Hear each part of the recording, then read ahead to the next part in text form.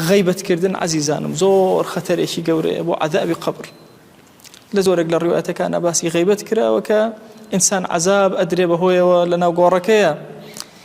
عذاب بو كسي غيبت كار طبعا غيبت مشكلة زور قوري بسر أمته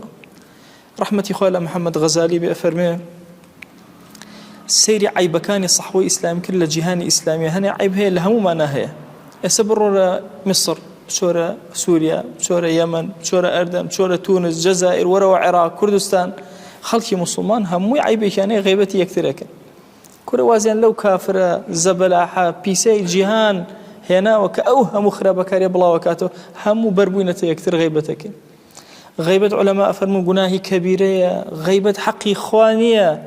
حقي عبد كان بسر يكتروا بشي حقي إخوة